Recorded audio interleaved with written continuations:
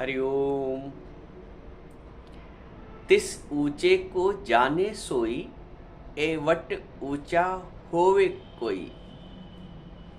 यदि कोई 10 मंजिला इमारत पे खड़ा है और एक व्यक्ति कोई तीसरी मंजिल पे खड़ा है, जो दृश्य एक 10 मंजिले ऊंचाई पर जो व्यक्ति खड़ा है वो देख पा रहा है, उसकी कल्पना जो तीसरी मंजिल पे खड़ा है वो व्यक्ति वो नहीं कर सकता। वो ऊपर से कितना भी बताए, कुछ सुन पाएगा कुछ नहीं सुन पाएगा, परंतु वो संपूर्ण दृश्य जो 10 मंजिला पे खड़ा है ऊंचाई पे छत पे, वो तीसरी मंजिल वाला नहीं अनुभव कर सकता है। एवट ऊंचा होवे कोई, तिस ऊंचे को जाने सोई। तीसरे मंजिल पे जो व्यक्ति खड़ा है उसको उस 10 मंजिला इमारत पे छत पे जो खड़ा व्यक्ति है उस दृश्य को अनुभव करने के लिए उसको भी उतनी ऊंचाई चढ़नी पड़ेगी,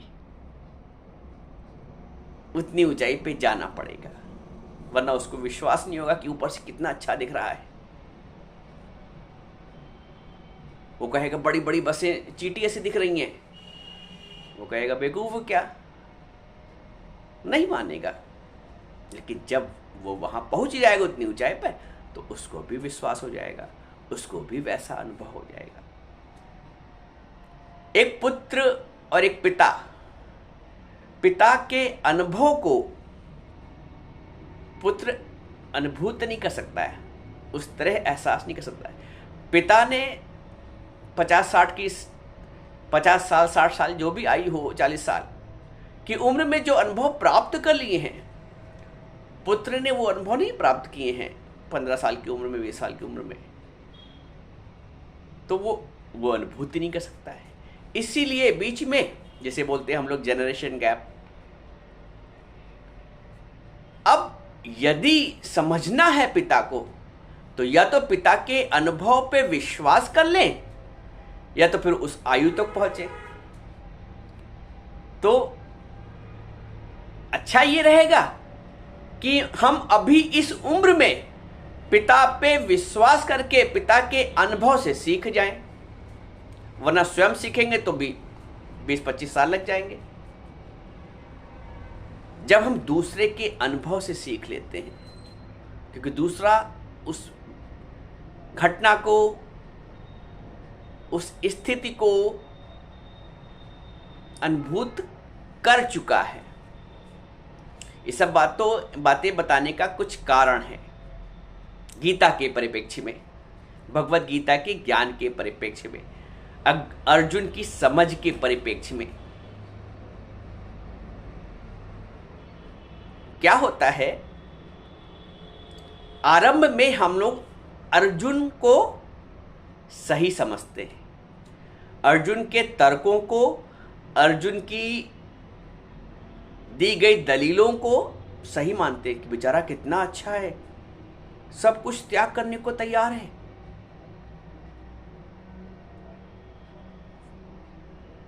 वो समझ लो जीता हुआ युद्ध भी बिना लड़े हारने को तैयार है। वो इतना अन्याय अधर्म सहने के पश्चात भी कितना सहिष्णु है, कितना त्यागी है, कितना वैरागी है। मोटे मोटे अर्थों में जो बाहुल्य संख्या है लोगों को, वो अर्जुन को मानेंगे, अर्जुन को सही मानेंगे। अकारण ही भगवान ने युद्ध लड़ा दिया। ये देखा जाए तो ये वाक्य ही गलत है कि भगवान ने लड़ा। भगवान ने युद्ध कभी नहीं कराया। भगवान सदैव शांति के पक्षधर थे। बेचारे भगवान स्वयं गए शांति दूत बनकर, और दुर्योधन का अपमान, उल्हाना, अपशब्द, सब कुछ उन्होंने सहन किया। इवन यहाँ तक कि उसको दुर्योधन ने भगवान को कहा कि बंदी बना लो, यहाँ तक की स्थिति आई। भगवान ने सब, क्योंकि शांति बनाए रखने के लिए। तो भगवान के आरंभ से लेके अंत तक प्रयास समझौता और शांति वाले। हमारे अंदर के भी प्रयास, यदि घर में कुछ ऐसी खटपट की स्थिति है तो भरसक प्रयास होना चाहिए शांति को बनाए रखना। 2 बात सह लो, बड़ी है, माँ ने कह दिया कोई बात नहीं, पिताजी ने बोल दिया, ससुर साहब ने बोल दिया कुछ, ठीक है, बड़े हैं, मान लो कुछ गलत ही बोल दिया, आप वैसी नहीं हैं, आप वैसे नहीं हैं, लेकिन अंदर ये रहता है कि जब मैं गलत नहीं हूं तो मैं सुनूं क्यों, मैं क्यों बर्दाश्त करूं। ये एक अज्ञान की स्थिति है कि मैं गलत नहीं हूं तो मैं क्यों बर्दाश्त करूं, मैं क्यों सहूं। यदि आप इस मान्यता को सही मानते हैं तो फिर आप में और उन संसारी व्यक्तियों में जो सत्संग नहीं सुन रहे हैं, जो इस परिवेश में नहीं आए हैं, फिर तो कोई अंतर नहीं। आप में अहंकार के त्याग की क्षमता आ गई है सत्संग से। आपने प्रभु का दामन पकड़ा है, आपने गुरु का दामन पकड़ा है, वरना बह तो आप भी उसी धारा में जा रहे थे। आप में थोड़ा ठहराव आया है, ठहराव आया है, मानसिक रूप से, शारीरिक रूप से। अब आपको सत्संग की बातें सत्य लगने लगी हैं। अब आपको भगवान कृष्ण की बातें, अब आपको गीता का ज्ञान समझ में आने लगा है, और जिसको नहीं समझ में आ रहा वो उसी धारा में बह जा रहा है। ये तो गुरु की कृपा है जो उसने ढूंढ ढूंढ के हमें ज्ञान दिया है। मेरे सतगुरु पकड़ी बाह, नहीं तो मैं बह जाती। उस गुरु का लाख लाख शुक्राना जिसने मेरी बाह पकड़ ली और मुझे संसार सागर में बहने से बचा लिया। तो उस बचाव के लिए हमको थोड़ा सहना पड़ेगा। 2 बात सह ली, गलत है तो उनकी बात सह ली और सही है तो सह ली, और वैसा बर्ताव कर दिया। हमें आगे बढ़ना है, हमें पीछे नहीं। छोटी छोटी बातों को, छोटी छोटी मुद्दों को लेके पीछे नहीं हटना है। और इन बातों का, शब्दों का, ज्ञानी शब्द से ऊपर है। किसी ने मेरे कहना नहीं माना, अनसुनी कर दी, बात टाल दी, काम टाल दिया, कहा हुआ, कोई बात नहीं, स्वयं कर लिया। या उस वक्त शांत रह गए, थोड़ी देर बाद फिर कह दिया, अरे वो तो मेरी मर्जी से नहीं चलता है, वो तो मेरी सुनता ही नहीं है, कल की आई बहू तो मेरी सुनती ही नहीं है, वो तो अपने ही कमरे में घुसी रहे। बहुत सी बातें होती हैं। यदि आपको जीवन बनाना है तो आपको इन बातों से ऊपर उठना पड़ेगा, क्योंकि जिसने प्रभु का दामन पकड़ा है वो संसार की बातों से ऊपर उठना ही उसे पड़ेगा। तो आरंभ में ऐसा प्रतीत होता कि अर्जुन कितना त्यागी, वैरागी, कितना सही है। यदि भगवान मान जाते उसकी बात, या वो अपनी जिद पे अड़ा रहता, तो युद्ध ना होता।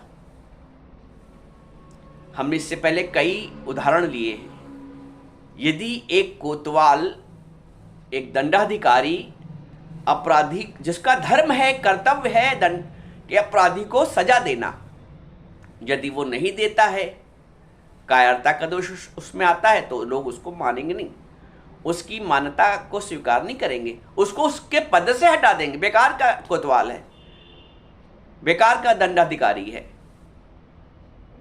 एक चिकित्सक है, शल्य चिकित्सक, वो अगर ऑपरेशन थिएटर में खड़े होके ऑपरेशन करने से इंकार करता है तो उसको वहां से हटा दिया जाएगा। कोई अधिकार नहीं, नैतिक अधिकार उसको नहीं वहां रहने का।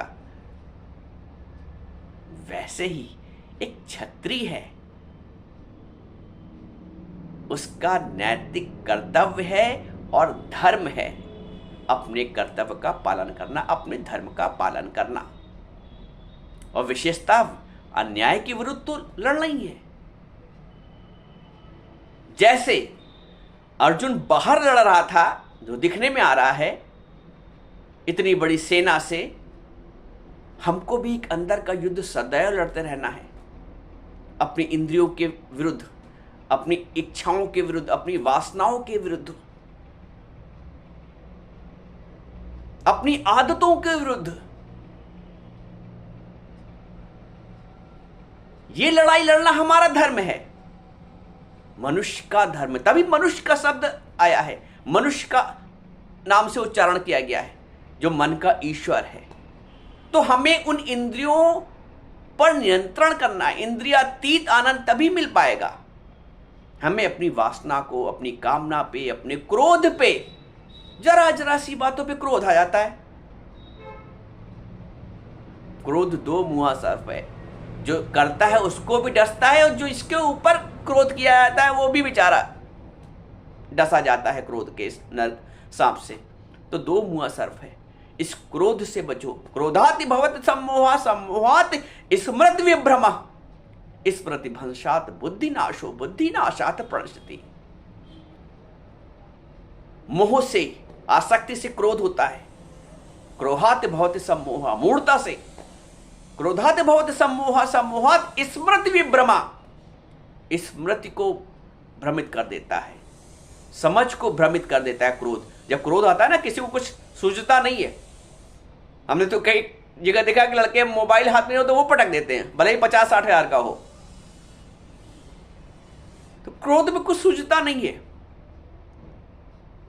क्रोधाति भवत सम्मोहा, सम्मोहात् स्मृति विभ्रमा, विभ्रमा, स्मृति भंशात् बुद्धिनाशो। और जब स्मृति का दमन होता है, भ्रमित होती है, तो बुद्धि का नाश होता है। और बुद्धि नाशात् प्रणश्यति, बुद्धि का नाश होने से पतन हो जाता है। इसलिए क्रोध नहीं करना है, क्रोध नहीं करना है, प्रेम करना है, करुणा करनी है, क्षमा करनी है। ये है दैवी प्रकृति के गुण। और हम क्योंकि गीता पढ़ रहे हैं, गीता का अनुभव कर रहे हैं, गीता का अध्ययन कर रहे हैं, तो हमें तो ये गुण धारण करना पड़ेगा।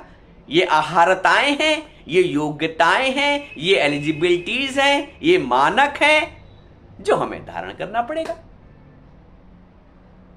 तो जब अर्जुन को इतना मोह आया कि वो अपने धर्म से विमुख हो गया, वो ये कहता है अर्जुन कि अगर हाथों में शस्त्र अस्त्र लिए हुए धृतराष्ट्र के पक्षपाती लोग युद्ध भूमि में सामना ना करने वाले शस्त्र रहित लोग मुझे मार भी दें, यानी अगर मैं शस्त्र रहित रहूं वो तब भी वो मुझे मार दें,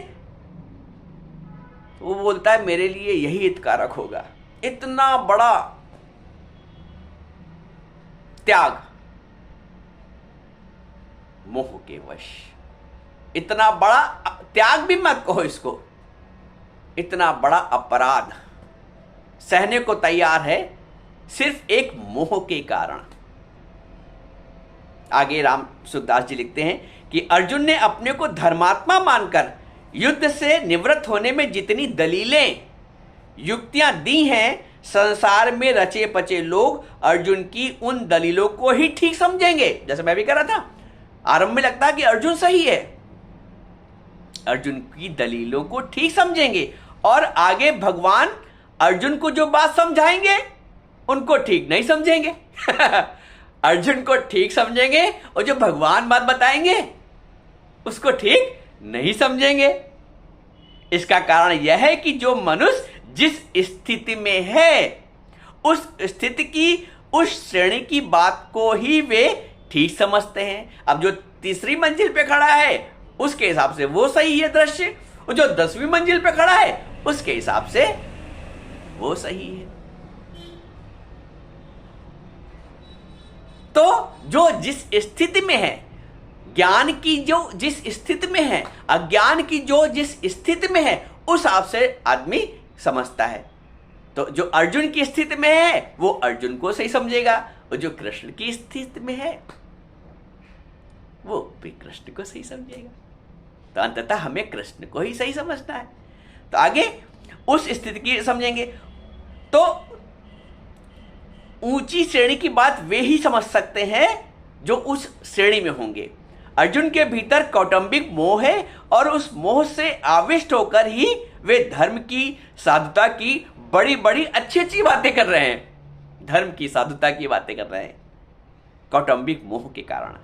अतः जिन लोगों के भीतर कौटुंबिक मोह है उन लोगों को ही अर्जुन की बातें ठीक लगेंगी।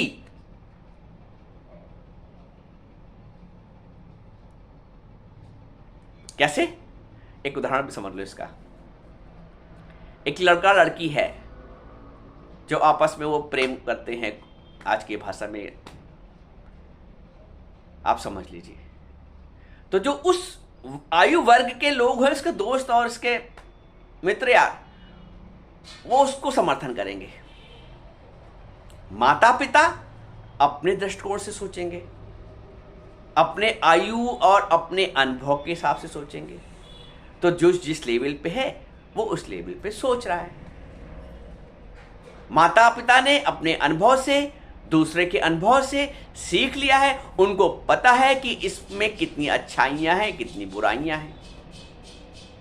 नए खून है, वो समझता है यही सही है, घर से भागना और भगाना सही है। लेकिन उसमें कितने पापड़ बेलने पड़ते हैं, उसमें कितना आगे चल के पछताना पड़ेगा, ये उनको नहीं ज्ञान है। इसीलिए जो समझदार है वो माता पिता के अनुभव से समझ जाता है, उनसे सीख लेता है, उनका कहना मान लेता है और सुखी रहता है। तो भगवान की दृष्टि जीव के कल्याण की तरफ है। और उसका कल्याण कैसे हो? भगवान इस ऊंची श्रेणी की दृष्टि को, भगवान की इस ऊंची श्रेणी की दृष्टि को लौकिक दृष्टि वाले लोग समझ ही नहीं सकते। भगवान की इस जो अलौकिक समझ है उसको सांसारिक व्यक्ति समझ नहीं सकता है। वो अर्जुन को समझ रहा है, सही समझ रहा है, तो अर्जुन की यहां में वो मिला सकता है, मिलाता ही है। अतः वे भगवान की बातों को ठीक नहीं मानेंगे, प्रत्युत ऐसा मानेंगे कि अर्जुन के लिए युद्ध रूपी पाप से बचना बहुत ठीक था। पर भगवान ने उनको युद्ध में लगाकर ठीक नहीं किया।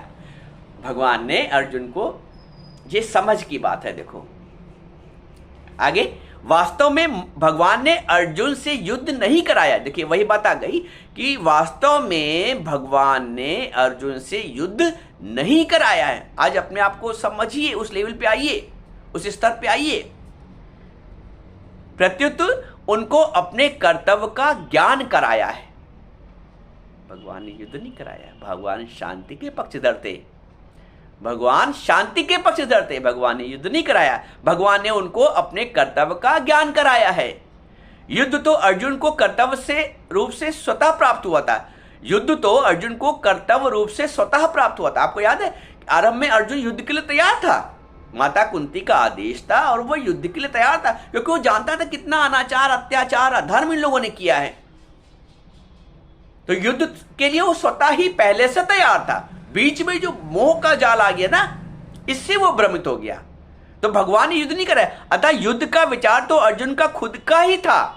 वह स्वयं ही युद्ध में प्रवृत्त हुए थे, तभी वे भगवान को निमंत्रण देकर लाए थे, चलिए केशव मेरे साथ, मेरे सारथी बन जाइए। परंतु उस विचार को अपनी बुद्धि से अनिष्टकारक समझकर वे युद्ध से विमुख हो रहे थे, अर्थात अपने कर्तव्य के पालन से हट रहे थे। इस पर भगवान ने कहा कि यह जो तू युद्ध नहीं करना चाहता, यह तेरा मोह है, एक बीमारी है, इसका उपचार होना चाहिए। अतः समय पर जो कर्तव्य स्वतः प्राप्त हुआ है उसका त्याग करना उचित नहीं है।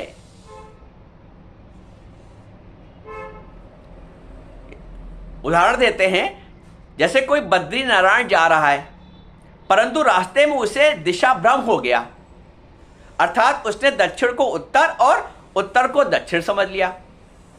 अतः वह बद्रीनारायण की तरफ ना चलकर उल्टा चलने लगा। अब इधर बद्रीनारायण जा उधर रहा है, तो उल्टा चलने लग गया।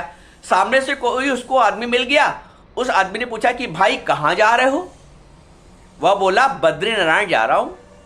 वह आदमी बोला कि भाई बद्रीनारायण इधर नहीं है, बद्रीनारायण तो आपको उधर जाना है, आप तो उल्टे जा रहे हो, अतः वह आदमी उसको बद्रीनारायण भेजने वाला नहीं है, किंतु उसको दिशा का ज्ञान कराकर ठीक रास्ता बताने वाला है।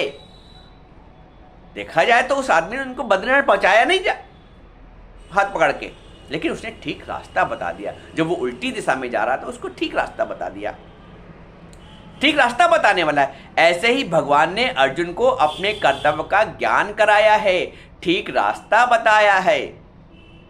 जैसे उस व्यक्ति ने उनको हाथ पकड़ के बद्रीनारायण नहीं पहुंचाया था, खाली रास्ता बता दिया, तो भगवान ने अर्जुन को सही रास्ता बताया है। आगे अर्जुन ने इसको स्वीकार किया है कि आपके आध्यात्मिक ज्ञान से मेरे संशय भ्रम दूर हुए, और भगवान ने भी कह दिया अर्जुन से कि मैंने तुमको सारी बात बता दी, अब आगे तुम्हारी मर्जी, तुम्हारा निर्णय। अर्जुन पे छोड़ दिया। वहां पे भी उन्होंने कहा कि युद्ध करो। तो भगवान ने अर्जुन को अपने कर्तव्य का ज्ञान कराया है, युद्ध नहीं कराया है। इस बात को समझ लो। जीवन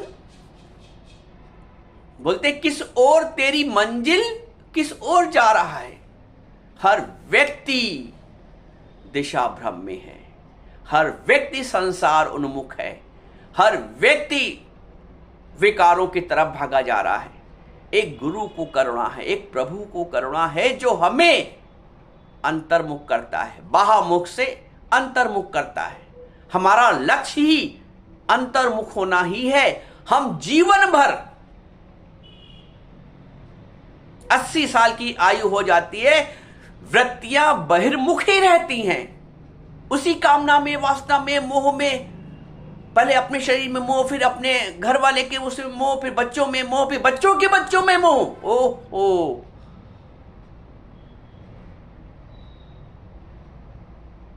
ये है बहिर्मुखता। इस बहिर्मुखता से अंतर्मुख होना ही ज्ञान है, और यही जीवन का लक्ष्य भी है। तू अपने घर में जरूर आ जा, खुदी के बदले खुदा को बाजा। हैं इंद्रियों की शक्तियां बाहर की ओर, जो बाहर से तोड़ करके अंदर से जोड़ दो। कर सकल द्वार, ये जो इंद्रियों के द्वार हैं, कामना, वासना, क्रोध, मोह, कर सकल द्वार बंद, समाधि लगा कर देख, अंतःकरण में ज्ञान की ज्योति जला कर देख। अंतःकरण में ज्ञान की ज्योति जलानी है, ज्योति जलाकर, ज्ञान की ज्योति जलाकर जीवन को सफल करना है, सार्थक करना है। क्योंकि मनुष्य का देह धारण किया है,